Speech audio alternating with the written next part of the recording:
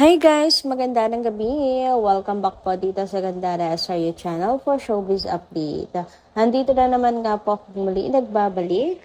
Ang nagmamaganda ninyong katsismosang Kimpaw, wala na pong iba. Ang lokaret na si Gandara SRU upang magatid sa inyo ng latest update and fresh happenings patungkol kina Kim Chiu and Paolo Avellino. And para nga sa gabing ito ang tatalakayin naman natin at pag-uusapan ay may kinalaman nga po dito sa papuri at pag-congratulate ni Coco kina Kim and Paolo na alam niyo yun na kahit sila yung pumalit sa time slot wala pong bahid na ano pa man po si Coco sa Kim Pao. Katunayan po niyan puno po ng magagandang mga words si Coco kina Kim and Paolo. At the same time, syempre, ang success ng The Alibi sa Free TV na grabe ang million views talaga. Anyway, bago tayo mag-start sa mga di pa po nakaka-subscribe sa ating channel, pakiclick lang po tayo natin subscribe button at notification bell na nariyan sa baba upang kayo po yung maging updated at ma-notify tuwing may bago tayong chika at balita hinggil sa Kim Pao. Basta mga balita na may kinalaman, kina Kim Chiu and Paolo Avellino, sagot na nga po natin yan. And nais din po pala natin magpasalamat sa ating mga taga-subaybay, mga ka-KP fam, ayan, sa walang sawang pagtutok at pag-antabay sa atin pong daily updates. Mga update natin gabi-gabi. So bilang pasasalamat ka, narito ang ilan sa mga napili po natin basahing komento para mabigyan na rin po ng tinig ang kanilang mga opinyon at saloobin. So sabi po ni Ma'am Andre Denden, ang first commenter natin ngayong gabi, ayan, bravo! Congratulations sa ating lahat na solid Kim Pao supporters. Kasama na din ang mga bashers na nanonood din para may masabi. Di ko lang mabilang yung commercials but I know may nagmo-monitor nito. Salamat sa ating lahat at patuloy nating pataasin ang ratings sa Free TV. Ayan, Ma'am Andre Denden, huwag kayong mag-alala. Sagot na po natin ang bilang ng TV ads ng The Alibi. Hindi nyo po alam at hindi nyo mabilang.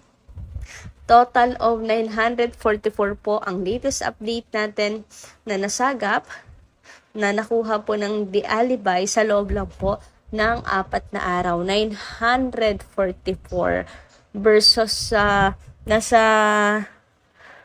120 lang yung sa kabila, 120 in 4 days, ang layo ng agwat, 900 sa atin, di ba? Kaya huge congratulations po talaga kina Kim and Paolo and thank you so much din totoo Ma'am Andre Dendel sa mga bashers na for sure nanonood din po para may masabi nga po sa Kim Pao na negative.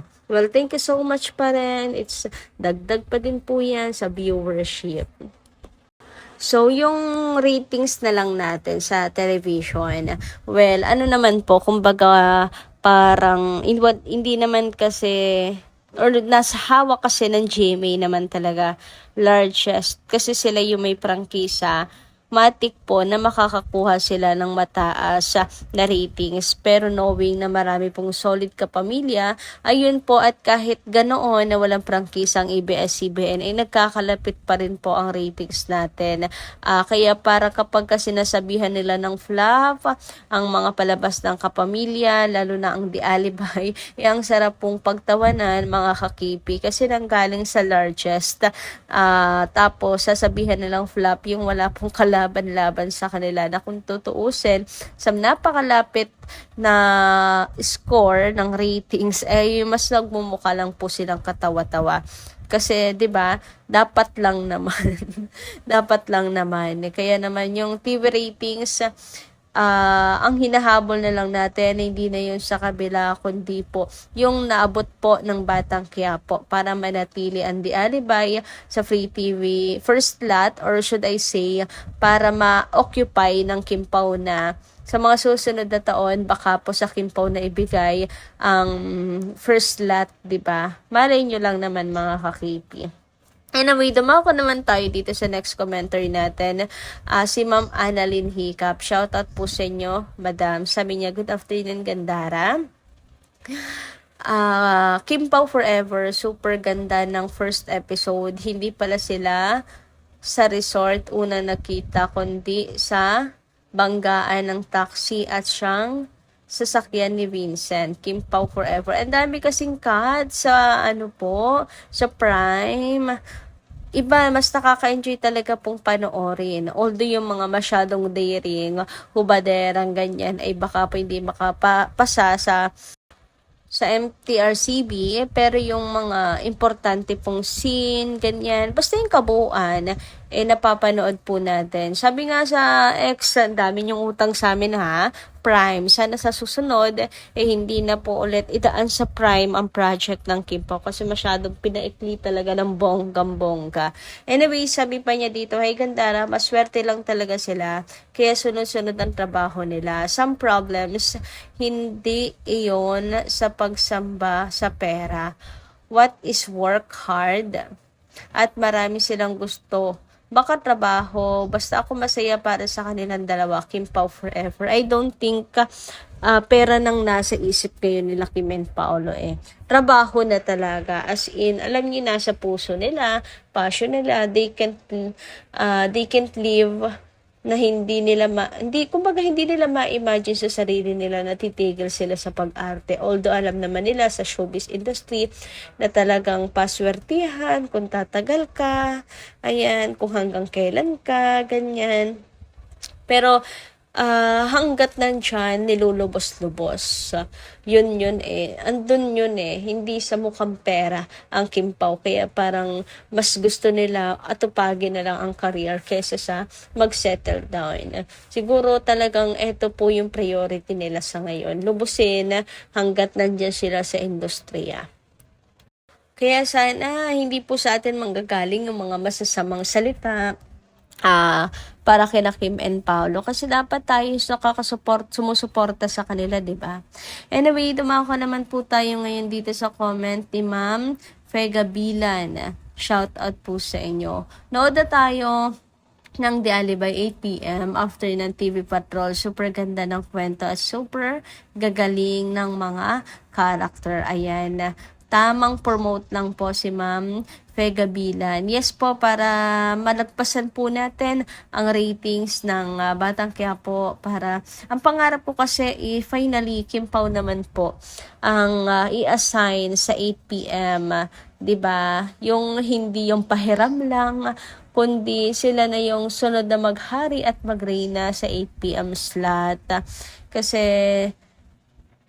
Kim Pao's project, sila Kim and Paolo maganda pumili ng mga kwento talaga na kanilang ipoportrait Alam mong kalidad ang kanila po mga projects. So, hindi naman po madidisappoint ang mga tao. And Kim Chiu is Kim Chiu. Alam niyo yon. Pag sinabi mong Kim, wala nang dapat patunayan pa yan. Kasi pag narinig mo ang pangalang Kim Chiu, it's a queen. Yon. Anyway, dumako naman nga tayo dito sa million views ng The Alibay. Ayan, tulad na sabi ko sa inyo, Kim Chiu is Queen Chiu, sa totoo lang. Kasi nga, ang The Alibay po ay humahakot lang naman po ng million views sa iba't ibang social media platform.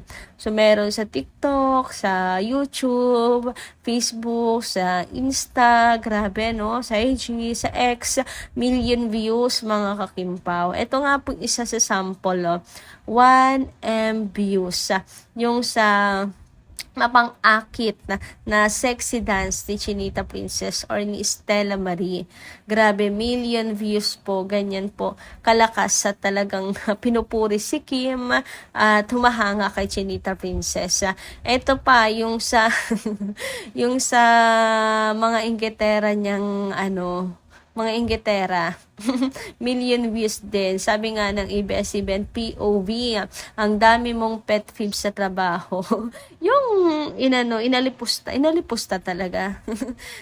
Pinatulan ni Kimi na mga inggitera niyang katrabaho, mga kakimpaw. Million views in just wala pang 24 hours 13 hours, 14 hours. 'Di ba kalahating araw pa lang po, million views na agad-agad. Ganyan palaban. Ganyan kahusay ang karakter. Wala pong kabahid-bahid ng isang Kim Chiu dyan. Talagang di mo iisipin na si Kim yan kundi si Stella Marie. Ang palaban na si Stella Marie. Ayan, million views. Marami kayang natutuwa po sa karakter niya dito sa The Alibay. Anyway, dahil million views nga po at saka mataas ang ratings, mataas din po ang concurrent viewers sa live, narito hindi po mapigilan bumati ni Coco Martin, purihin, congratulate sila Kim and Paolo. Sabi nga ni Coco, alam mo si Kim, from the very start, lahat ng show niya, at ganun din si Paolo, talagang alam mong hindi yan basta-basta tumatanggap ng isang proyekto na alam nilang hindi maganda. Kaya nga sabi ko nga, nung sinabi nila na The Alibay, yung papalit, sabi ko, deserve. So, hindi pala si Coco ang pumili. Talagang management.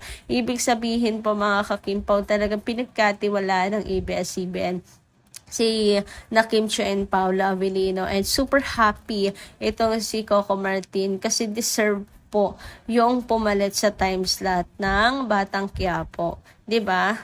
Ayun, anong masasabi nyo dito guys? Comment nyo nga lang po dyan sa baba. Hanggang dito lang muna ang ating update. Thank you so much po sa inyong pakikinig. Kita-kits po tayo muli sa mga susunod pa natin chika. Maraming salamat at ingat po kayo palagi.